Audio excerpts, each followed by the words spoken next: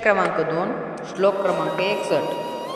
तानि सर्वाणि संयम्य युक्तम आसीत मत्पर वशे हि इंद्रियेन्द्रियाणि तस्य प्रज्ञा प्रतिष्ठिता. अर्थातच म्हणून साधकाने या सर्व इंद्रियांना ताब्यात ठेवून चित्त स्थिर करून मनाला मादाचा आधार घेऊन ध्यानात बसावे. कारण इंद्रिया ज्या पुरुषाच्या ताब्यात असतात त्याची बुद्धी स्थिर होते. श्लोक क्रमांक 62. ध्यायन्तो विषयान् षड्संतेषुपजायते षडातं सज्जये कामं कामात् क्रोधाभिजायते.